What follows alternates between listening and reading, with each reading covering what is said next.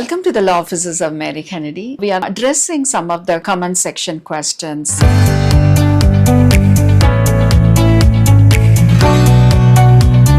To differentiate employment-based category of 485 filing and the family-based. See, the employment-based category, it depends on mostly on the I-140 and other employer-related documents like 485J and other details. Whereas family-based, it's mostly dependent upon your relationship. So how you are related, based on that, the filing itself is being decided. So when it comes to the employment-based filing, USCIS is not going to be going very detailed into that. Whether your birth certificate is not going to be in a place, it's going to prove the relationship. It's all about, definitely the primary and the dependents have to have that relationship. But at the same time, other than that, it's not going to go deeper. So considering that, all that I want to say is when your birth certificate in India, or most of the birth certificates, which is prior to 1970, will not even have a name in it. So keeping in mind the surname is not something we usually use it, and in all your school certificates will be having your original name. In case to additionally, secure yourself, you can do an affidavit from a parent or a self-affidavit explaining and supporting documents should completely be fine. 100K is associated with any consulate approval of a H-1B. If you are outside the country and a new I-129 H-1B petition has to be filed, then it has to be associated with the 100K fees. As long as they have a visa that's stamped and the employer who has supported this petition is willing to give the offer and he enters into the United States, it's not going to be a 100K fees.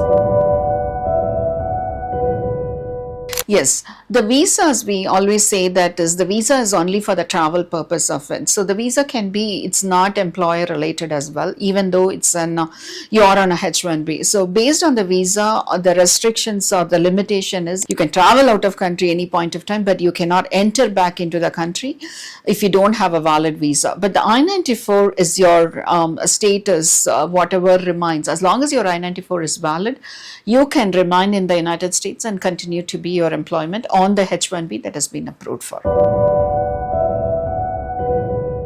Now, this is a common question. It means that you do have two offers and both the H-1Bs are filed within the grace period. So in that case, you can choose to go with any employer as long as you have not started the payroll. Even if you have started the payroll, there is a process based on one of the receipt notice, and then on the other one, you can justify that. But at the same time, you cannot be with two employers as long as you have not filed for a concurrent. Concurrent is the only petition that allows you to be working parallelly between two employers. So you can do that, but I also addressed it earlier. You have to see what kind of an offer, what kind of a contract you have agreed on with the employers. In the sense, like H-1B fees cannot be claimed by the employer, but however, there is something called a liquidated damages where the employer is investing on with an offer and they could have been having a client. There is something like damages that could have been happened based on your contract that you have entered into that, but that has nothing to do with the H-1B. I would say, the 485s on an overall, definitely takes a lot of efforts and, cooperation between the law firm and the individual, because the 485 has its own package for the primary, the dependents. It's completely separate, and also you'll be including so much of other documentations. So the preparation times definitely depends on so many other related criteria, but our office are diligently working towards understanding the 11 months movement on the EB2, and we are getting multiple calls on that, and we are supporting with all attention that has to be given to it. So it definitely depends on the processing timeline as well. It varies, but again, average I would say at this point of time is 10 to 14 months, and more important is the processing of the 485 happens with the final action dates visa availability. And when you look into it, USCIS will try their best to clear it up in the month of August and September, as if not, these visa numbers which is available cannot be used, it cannot be carried over. So if you look into the pattern, you will see more and more of the the 485s who has the final action dates current, their green cards will get approved, the permanent resident card will get approved during those months. So the one thing is from August 2025, I think, if I'm correct with the dates, when the children are aging out, if you have filed it and then when the date of filing is also current, then the age gets logged. But however, after their memo, I think August 2025, it's going to be that the final action dates has to be current to get your age of your children getting logged, because this has all happened very long before. There are times when the premium processing is not even available for an I-140. So 2014-15, if you look into it, those time period when the I-140 has been pending for the parents, if it's an employment based, then that time that has been pending will be added to the age of the children. So we'll do a different video elaborating these details.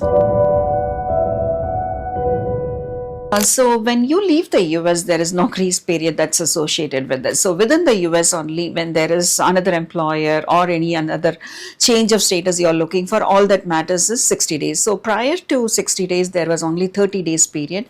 However, I don't remember the year, but then they said, legally that for any of those layoffs, they have a 60 days period or till the I-94 expiry. When you go out of country, it's not applicable, obviously. You can find another employer and an offer, and then you can always enter back to the country, and it is not related actually. Yeah, handwritten birth certificates are acceptable as long as it's legible, and also the seal of the government, and all those are some of the requirements, but it's completely acceptable. Thank you for the appreciation. However, if you look into it, for the last 1 year, we have to be available. We added up team members to be available just to address the calls, emails. It's really, if you look into it, all that we are trying to do, as always I say that as being in a service industry, always in a place to give. So the team has been doing their best. Sometimes you want to hear from someone who's associated with the law firm or the legal side of it. So we are really trying our best. If you look at your Google reviews, we do say as much as possible, helping you out, trying our best to support you in the need of the immigration. So just be patient about it. Understand, even some days when people walk into the office, you're still here in the office.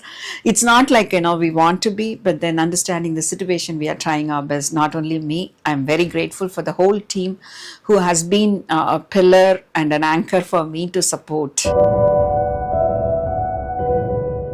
So when it comes to an F1, there is not a dual intent like a H1B. So keeping that in mind, if you have filed for your 485, there's very, very limited chances that the F1 is going to get approved. So the moment you file your 485, you're showing your immigrant intent that you want to be in the country. So then the F1 officer is not going to find it very substantial to approve the petition. Keeping that in mind, I would suggest you, and this is a subjective question, definitely, if possible, get an attorney's advice. Go for an F1 on a premium processing right away, so that the F1 gets approved, and then you can be prepared for the 485 at the next point of it. And also, we always say that, even traveling out of country on the F1 visa after you file the 485 is going to be something very tough at the port of entry, unless you have an advanced parole document, which makes it easy for you to enter back on the 485. You can definitely do that, but then the intent matters, as well as you have to be there are many things that you have to consider between F1 and an intent petition or application like the 485. It's going to be something you need to consider it before filing. Thank you for watching, and please, we'll try to do as much as possible these kind of a videos, so that we are able to address it, and we are also planning to have a live session. So we're just open about it. Whoever wants to get benefited out of it, we definitely, not only me, the team will also be available to address it. Thank you.